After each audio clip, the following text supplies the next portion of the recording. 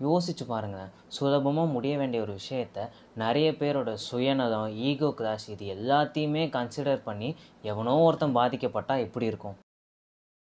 Welcome to film box. இந்த வீடியோவில் 2013 அனுராக் கஷ்யப்போடைய டைரக்ஷனில் ஒரு ஹிந்தி த்ரில்லர் ட்ராமாவாக ரிலீஸ் ஆன அக்னி படத்தை பற்றி பார்க்க போகிறோம். அக்னி இந்த படத்துடைய கதை என்னென்னா, பாலிவுட்டில் ஒரு ஆஸ்பைரிங் ஆக்டர் ஒருத்தர் இருப்பார். அதாவது எப்படியாவது ஹீரோ ஆயிடணும்னு ட்ரை பண்ணிக்கிட்டு இருக்கிற ஒருத்தர். அவருக்கு கல்யாணம் ஆகி டிவோர்ஸும் ஆயிரும். அவங்க 2 பேருக்குமே ஒரு பெண் குழந்தை ஒன்று இருக்கும். டிவோர்ஸ் ஆனதுனால வாரத்தில் 4 நாள் அம்மா கிட்டேயும் மிச்சம் இருக்கிற 3 நாள் அப்பா கிட்டே இருக்கிற மாதிரி கோர்ட்டில் தீர்ப்பு கொடுத்துருப்பாங்க.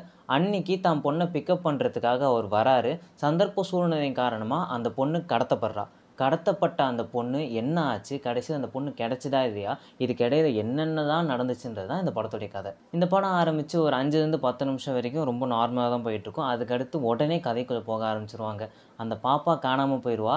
அந்த நேரத்தில் ஒரு மாஸ்க் விற்கிற ஒருத்தன் அங்கே நின்றுட்டுருப்பான்.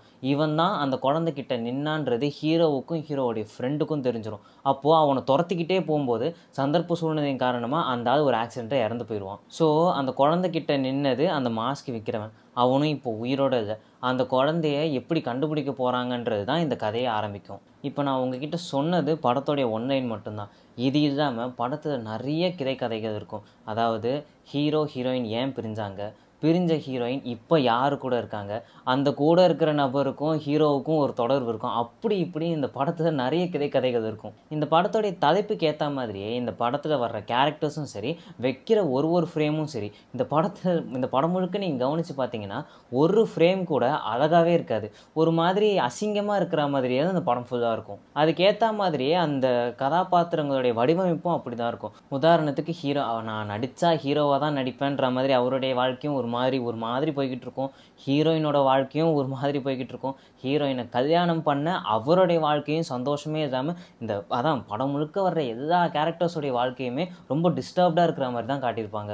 இன்னொரு பக்கம் இந்த குழந்தை காணாமல் போயிருச்சுன்னு தெரிஞ்ச உடனே இந்த குழந்தைக்கு நேரடியாக சம்மந்தப்பட்ட 3 பேர், அந்த குழந்தையோட அப்பா, அம்மா, மதர்பப்பா, இவங்க 3 பேர் சைடில் இருக்கிறவங்களுமே இதை எப்படியாவது வச்சு காசை கறந்துடணுன்ட்டு ரொம்ப கீழ்த்தனமாக வேலை செஞ்சுட்டு இருப்பாங்க.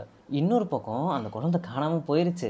அந்த குழந்தைக்கு என்னாச்சு ஏதாச்சுன்றதை தேடுறதை விட்டுட்டு இவன் தான் இந்த குழந்தையை கடத்தியிருப்பான், ஸோ நம்ம பெருசாக ப்ரெஷர் போட வேணாம், இவன்கிட்ட மட்டும் உண்மையை கறந்தா போதுன்ட்டு ரொம்ப லெத்தாஜிக்காக இந்த கேஸ் ஹேண்டில் பண்ணிட்டு இருப்பாங்க. ஹீரோ தலைப்பாடு அடிச்சுப்பான், டே அது ஏன் பொண்ணுடா, நான் எதுக்குடா கடத்தணும் அப்படிமா. இந்த வளர்ப்பாப்பா அவன் சொல்கிறத காது கொடுத்து கூட கேட்க மாட்டான். இந்த படம் ஆக்சுவலாக 2013 ரிலீஸ் ஆச்சு. அந்த டைமில் குழந்தை கடத்தல்ன்றது ரொம்ப அதிகமாக இருந்திருக்கு. அங்கேருந்து பேஸ் பண்ணி ஒரு ட்ரூ இன்சிடெண்ட்டாக தான் இந்த படத்தை எடுத்திருந்தாங்க. ரொம்ப முக்கியமான விஷயம், ஹார்ட் பிரேக்கிங் கிளைமேக்ஸாக நான் கொஞ்சம் கூட தாங்கிக்கவே மாட்டேன் அப்படின்றவங்களுக்கு இந்த படம் நீங்கள் பெட்டர் அவாய்ட் பண்ணிக்கலாம். ஏன்னா இந்த படத்துடைய கிளைமேக்ஸ் அவ்வளோ ஷாக்கிங்காக, சொல்லப்போனால் ஒரு மாதிரி கொடூரமாக இந்த படம் முடியும். இது அனுராக் கஷ்யப் படம்ன்றதுனால அங்கங்கே இந்த படத்தில் டார்க் காமெடி யூஸ் பண்ணியிருப்பாங்க.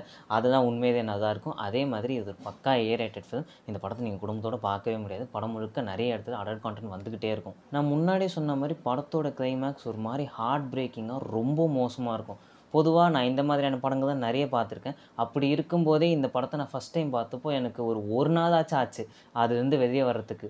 ஸோ நீங்கள் இந்த மாதிரி படங்கள் தான் பெருசாக பார்க்கல அப்படின்னா இந்த படத்தோட இம்பேக்ட் பயங்கரமாக இருக்கும். ஸோ அதை மட்டும் மனசில் வச்சுக்கோங்க. ஸோ நீங்கள் ஃப்ரீயாக இருந்தீங்கன்னா இந்த படத்தை ஒரு வாட்டி ட்ரை பண்ணி பாருங்கள். So that's the video. இந்த வீடியோ உங்களுக்கு பிடிச்சிருந்தால் மறக்காமல் லைக் பண்ணுங்கள். எங்கள் சைட்லேருந்து எதாவது இம்ப்ரூவ்மெண்ட் பண்ணணும்னு நீங்கள் நினச்சிங்கன்னா மறக்காமல் கமெண்ட் பாக்ஸில் சொல்லுங்கள். உங்களுக்கு எங்கள் கான்டென்ட் ரொம்ப பிடிச்சிருந்தா சப்ஸ்கிரைப் பண்ணி சப்போர்ட் பண்ணுங்கள். இதுக்கும் மேலே எங்களுக்கு எதாவது ஹெல்ப் பண்ணணும்னு நினச்சிங்கன்னா இந்த வீடியோஸை உங்கள் ஃப்ரெண்ட்ஸுக்கு ஷேர் பண்ணுங்கள். நன்றி, வணக்கம்.